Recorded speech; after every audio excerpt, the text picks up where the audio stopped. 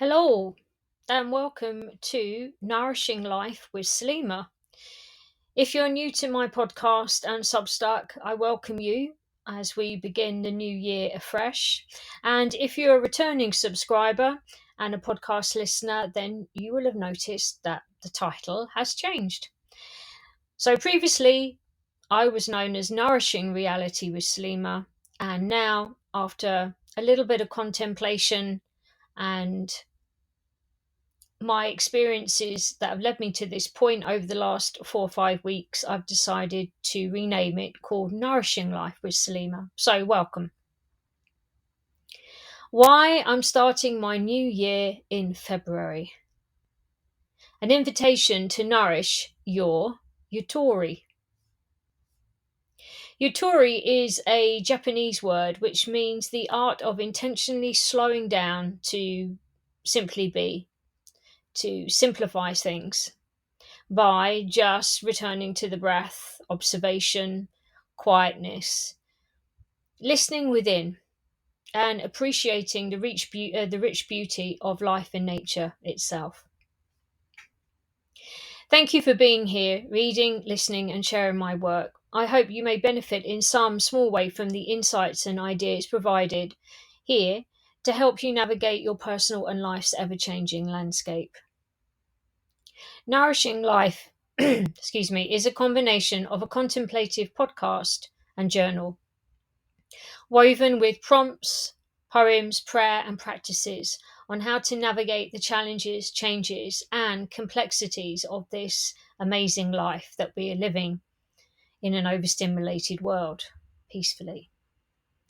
Drawing upon Neuroscience, yoga, Zen, and nature for inspiration and insights to heal, soothe, and nourish your heart, mind, body, and soul. And all coming to you from my floating home in Cambridge.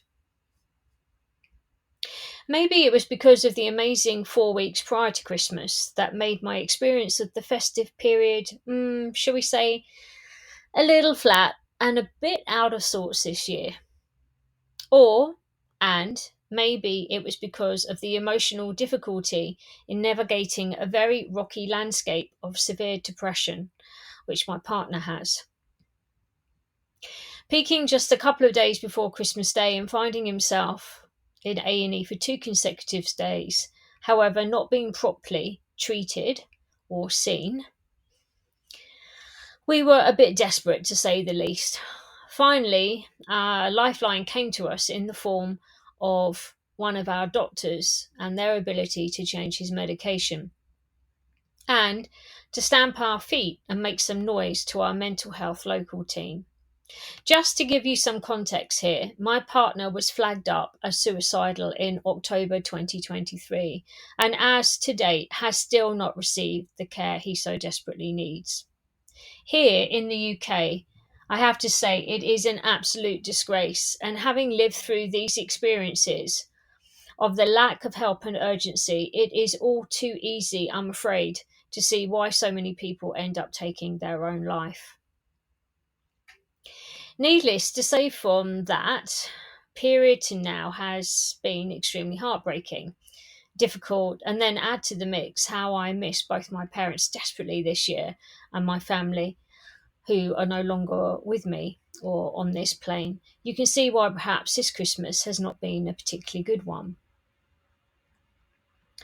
We are sold the line of good times, festive cheer, families, parties, and celebrations. But what about those in distress, ill, and with nowhere to go or no one to turn to?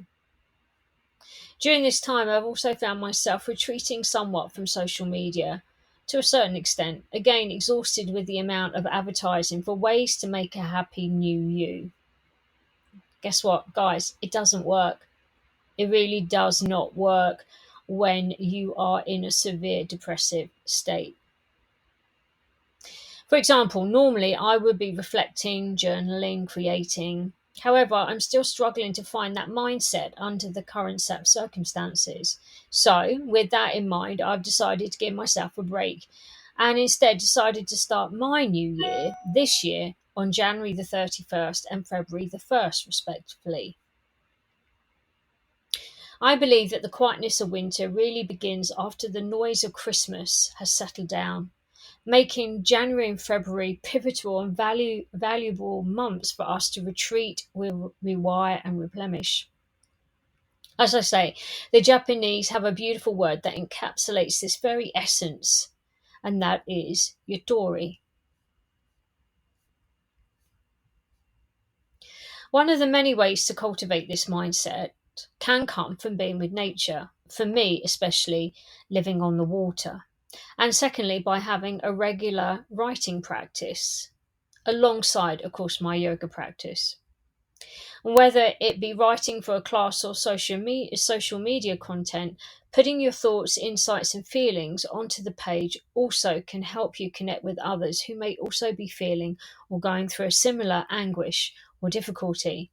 Sometimes we think we're the only person that's going through our difficulty, but on reflection and after connecting with others, it's surprisingly and quite shockingly evident that other people are also suffering. Currently writing on Beth Kempton's Winter Sanctuary, I'm reminded of this, how writing and reading has the power to inspire, heal, and connect. Bearing all of this in mind, these are my 4 practices that will help me set the tone for my new year. So, what will be the practices that reward you in 2025? My 4 nourishing soul powers and prompts to practice are: number 1, showing up, however uncomfortable. Commit to my reading, yoga, studying, writing, and traveling, in brackets, all the things I love to do, and to support others the best I can. Number 2, structure, coming up with simple daily, weekly routines and sticking to them. 3, strength, physical, mental, emotional, and spiritual, maintaining my 6 days a week blend of nourishing yoga and weight practices, and starting a regular zazen practice. Number 4, spiritual practice, a little bit more attention, bringing it into everyday life, putting some of the practice of Zen into my everyday life. Words of advice I recently received from my mentor, Elena Brower. Salema, continue study, but mostly I'm finding just practice is where Zen lives for me. So if any of what I've just spoken about resonates with you, then perhaps you might consider coming to work with me. Coming to work with me, but to work with me. Invitations to help you nourish and flourish in 2025. Well, you can consider signing up as a free or paid subscriber, or make a one-off donation, and you'll be able to access 2 weeks free yoga with me on grokka.com. Link is given once you subscribe. 2, an invitation for nourishment and guidance awaits you. If, as I said, you resonate at all with any of what I've discussed today, or even in my previous posts, and are dealing with difficult circumstances to navigate, or maybe just feel out of the norm and need some gentle guidance and support, maybe a friendly and unjudgmental ear, then maybe my nourishing and guidance sessions may be of help. Sessions follow a more simplistic and contemplative approach to personal development. Yes, I draw on some more traditional coaching frameworks alongside my working experience in holistic healing, spiritual direction, and Western neuroscience. But these sessions offer a very quiet, intuitive, spontaneous conversation and listening process for both you and I. I will listen, ask questions, answer questions, and can offer gentle guidance to help you nourish yourself and your spiritual life if you're open to it. Sessions are offered as a 40-minute or 60-minute duration, creating a more affordable pathway for you. To keep the theme of simplicity, you can do everything in one click. Just hit the link below to select your time and book. If you want to know a little bit more information and you're listening to this on the podcast, head over to the Substack written post and click on Turning the Light Within. There is a little bit more information there for you. If you found this or any other posts and podcasts of mine helpful, please consider making a donation below. You can just buy me a coffee. Some small way of showing up. But until next time, I'll leave you with a potent prompt for contemplation and reflection by William Feather. It is not the years in your life, but the life in your years that counts. What will be the life in your year of 2025? How will you make that count?